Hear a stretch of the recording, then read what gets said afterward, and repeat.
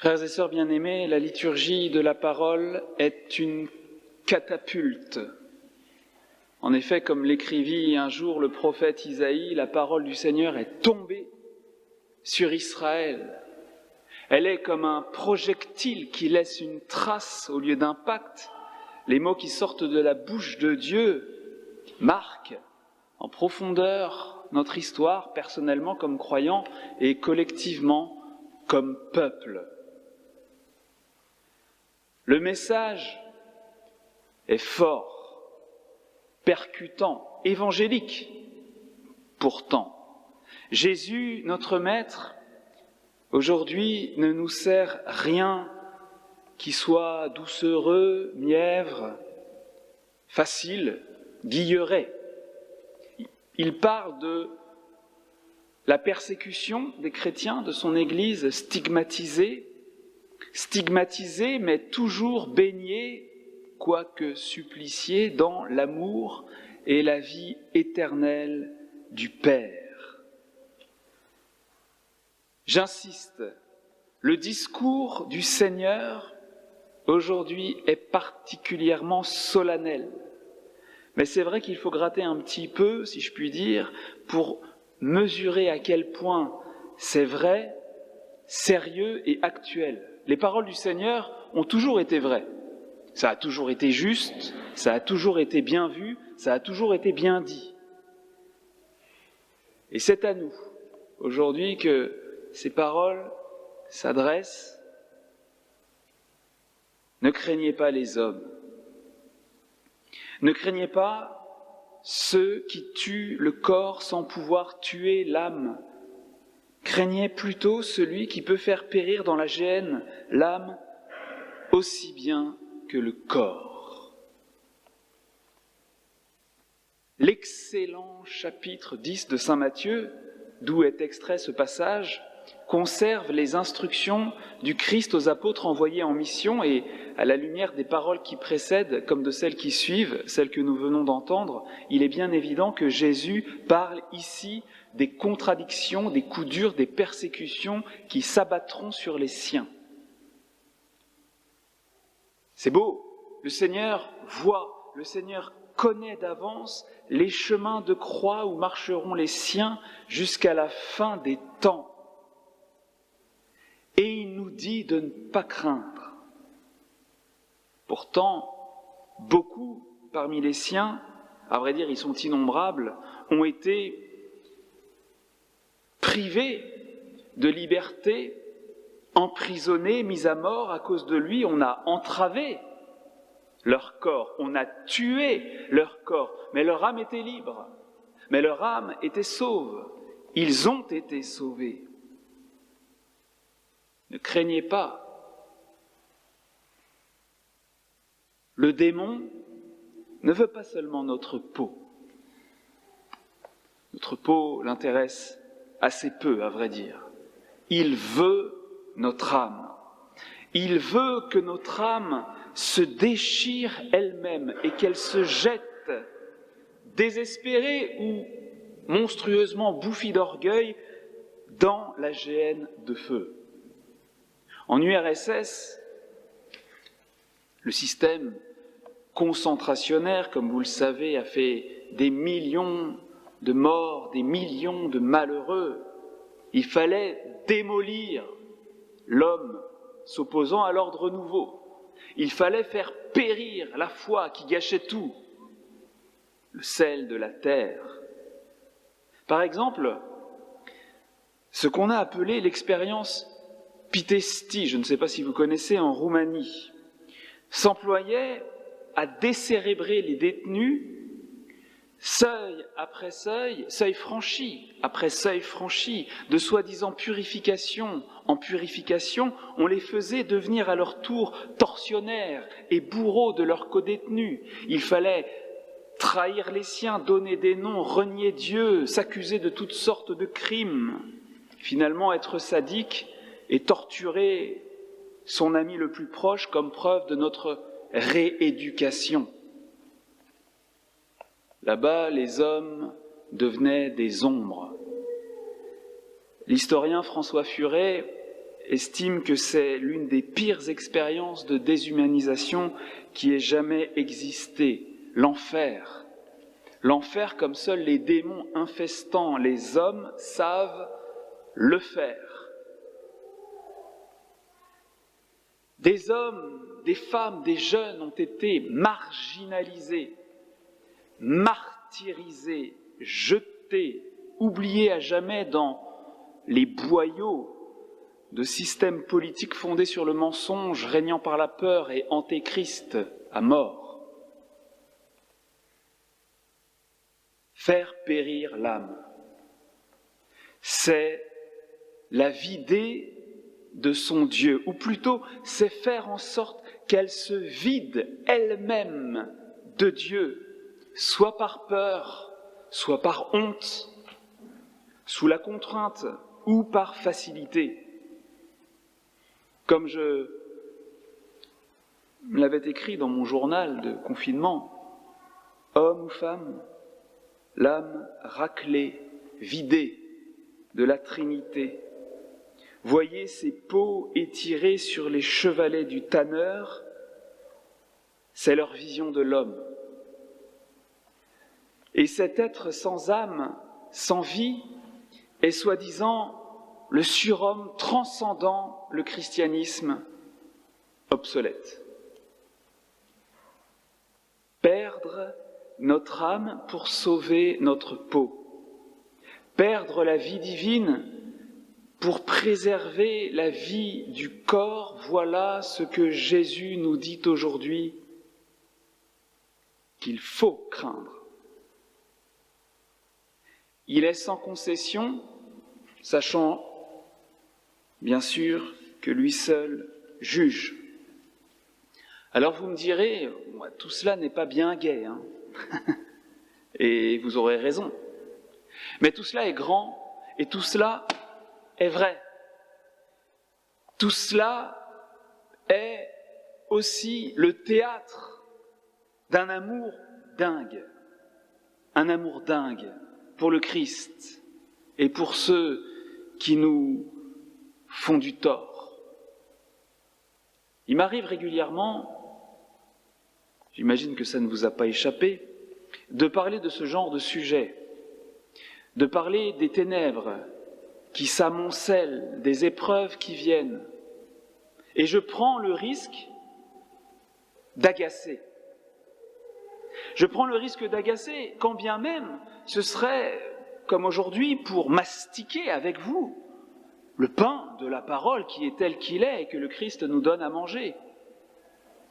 Je prends le risque d'agacer, le risque de me faire reprocher ces paroles difficiles qui m'engagent avec vous à l'héroïsme du quotidien, au témoignage et à la lucidité.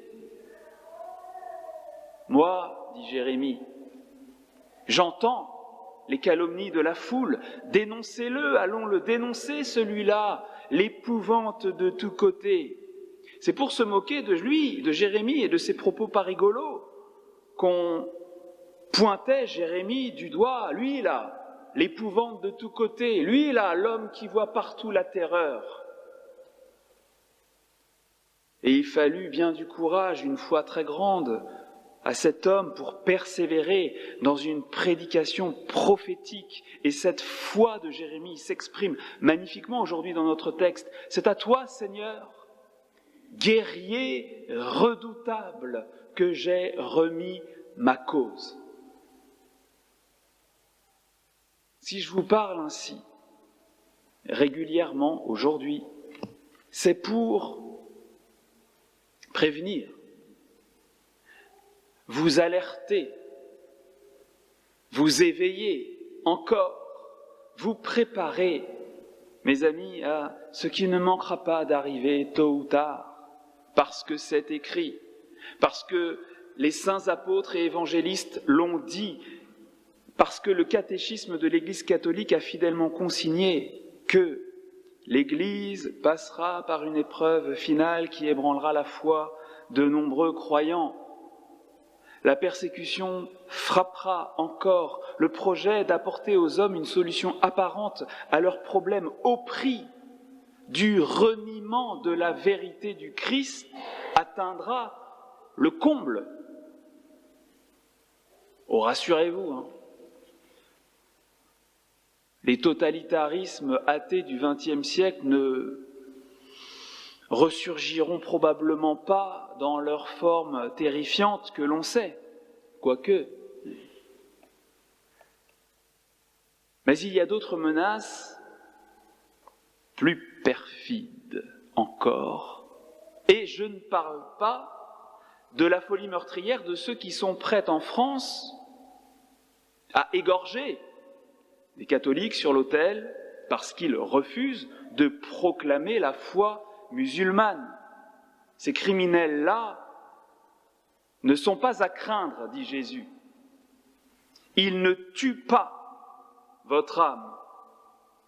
Ils prennent la vie du corps parce qu'ils n'obtiennent pas votre âme. Alors quoi ? Tout le monde serait horrifié si, en Occident, on se mettait à incarcérer, à punir les gens pour des raisons religieuses, comme c'est le cas, par exemple, en Corée du Nord, où l'on jette les chrétiens en camp de concentration. En camp de concentration, n'oubliez pas. Ce serait les droits de l'homme ouvertement bafoués, ce serait le règne de l'intolérance, et les États démocratiques ne veulent pas de cela, bien sûr, du moins en apparence. Alors comment celui qui veut faire périr l'âme aussi bien que le corps s'y prend-il ? Il fait bouger les lignes, progressivement, insidieusement. Il a brouillé entièrement la morale, de sorte que, comme dit l'Écriture, on ne sache plus distinguer notre droite de notre gauche. C'est l'hallucinante parole du prophète Isaïe, chapitre 5, verset 20, qui est une mise en garde. Malheur à ceux qui appellent le mal bien et le bien mal, qui font des ténèbres la lumière et de la lumière les ténèbres, qui font de l'amer le doux et du doux l'amer. Le cardinal Henry Newman, mort à la fin du XIXe siècle et canonisé par François en 2019, a prononcé des paroles qui sont bien dans l'esprit de celles que la liturgie nous donne aujourd'hui. Mes frères, vous entrez dans un monde que les chrétiens n'ont encore jamais connu. Les hommes d'aujourd'hui donnent des noms séduisants au péché. Comme ça, c'est bien. L'âme opte elle-même pour ce qui la tue. Plus besoin de contraindre. Échelonné dans le temps, le puissant lavage de cerveau par les médias, par la culture dominante, vous met en connivence avec des valeurs contraires à l'Évangile. On embrasse la pensée unique et les chrétiens deviennent aveugles, eux à qui le Christ avait ouvert les yeux. Et l'on en vient à poser des actes intrinsèquement et gravement mauvais dans l'air du temps, mortels, tentaculaires. La pensée unique étend son règne seulement temporaire. Elle prend la figure d'une morale profane, permissive, et pourtant intransigeante au possible et brutale, envers ceux qui n'en veulent pas, envers ceux qui lui résistent, envers les chrétiens tout particulièrement, mais pas seulement. On ne vous reprochera pas, on ne nous reprochera plus notre foi, puisqu'il faut avoir l'air d'être tolérant. On vous laissera tranquille avec votre idée de Dieu. Par contre, ne pas approuver cette, entre guillemets, morale profane ambiante, voilà quelle est, voilà quel sera votre crime. Exprimer vos convictions et proposer une autre morale dans la ligne de l'Évangile sera vu comme une incitation à la violence, comme une incitation à la haine. La haine. Quand bien même vous soyez seulement en train de redire l'indéboulonnable, tu ne tueras pas. Ne pas être d'accord avec le consensus, on vous dira que c'est avoir la haine, prôner le désordre ou la violence, vouloir le chaos plutôt que l'harmonie et la paix sociale. Vous serez les troubles faits. Vous serez peut-être considérés au nom d'un pseudo-humanisme comme des ennemis de l'humanité nouvelle. Et c'est ce que dit le psalmiste à sa façon. C'est pour toi que j'endure l'insulte, que la honte me couvre le visage. Je suis un étranger pour mes frères, un inconnu pour les fils de ma mère. L'amour de ta maison m'a perdu. On t'insulte et l'insulte retombe sur moi. À plusieurs reprises, le pape François a parlé d'un livre qu'il considère comme une de ses lectures préférées. Il s'agit d'un roman d'anticipation intitulé « Le Maître de la Terre ». Je ne sais pas si vous connaissez cet ouvrage. « Le Maître de la Terre » de Monseigneur Robert Hugh Benson. C'est un roman, c'est la fresque d'un monde totalitaire qui trouve son unité dans la négation de la transcendance, la persécution des chrétiens et la recherche d'une paix mondiale sans Dieu. Et François, de dire « Je vous conseille de le lire. En le lisant, vous comprendrez bien ce que je veux dire par colonisation idéologique. » Et François considère, presque comme une prophétie, ce livre qui décrit comment, je cite François, l'esprit du monde mène à l'apostasie. L'apostasie, c'est-à-dire l'abandon volontaire et public de la foi chrétienne. Benoît XVI, quant à lui, a fait cette confidence: la lecture du Maître de la Terre fut pour moi un fait de grande importance. Jésus dit : quiconque se déclarera pour moi devant les hommes, moi aussi je me déclarerai pour lui, devant mon Père qui est aux cieux. Mais celui qui me reniera devant les hommes, moi aussi je le renierai devant mon Père qui est aux cieux. Et pour que cela n'arrive pas, au grand jamais, Jésus dit aussi : ne craignez pas les hommes, ne craignez pas ceux qui tuent le corps mais ne peuvent pas tuer l'âme, craignez plutôt celui qui peut faire périr dans la géhenne l'âme aussi bien que le corps. Ne craignez pas les hommes, parce que chacun d'entre vous est enveloppé d'un amour infini, celui de notre cher Père céleste. Son amour nous porte jusque dans l'éternité, il nous voit, il nous scrute, il nous connaît, il sait ce qui se passe, il sait dans quel combat grandiose nous sommes plongés, qu'on le veuille ou non, qu'on en soit conscient ou pas, qu'on ait les yeux ouverts ou fermés. Nous sommes dans la main du Père et il nous appelle à considérer comme lui notre vie dans sa totalité, c'est-à-dire pas seulement la poignée d'années que nous passons ici-bas, mais aussi et surtout notre immortalité dans la lumière, l'amour et le bonheur qui sont ceux du Père, du Fils, du Saint-Esprit, notre vrai Dieu. Rien n'est voilé qui ne sera dévoilé, rien n'est caché qui ne sera connu, dit Jésus. Le Christ, combattu par Satan, et par ses diables, l'emportera absolument à la fin. Les contradicteurs seront réduits au silence, justice sera faite. Les persécuteurs s'inclineront, dit Jérémie. Le triomphe du cœur blessé de Jésus sera complet, et pour lui rester fidèle, le cœur pur, immaculé de Marie, maman, nous est donné pour refuge, pour nous protéger, pour nous garder fidèles, unis à notre Jésus. Le cœur immaculé de Marie, un refuge où l'on peut d'ores et déjà chanter, comme le prophète, la victoire. Chantez le Seigneur, dit-il, louez le Seigneur. Il a délivré le malheureux de la main des méchants. Amen.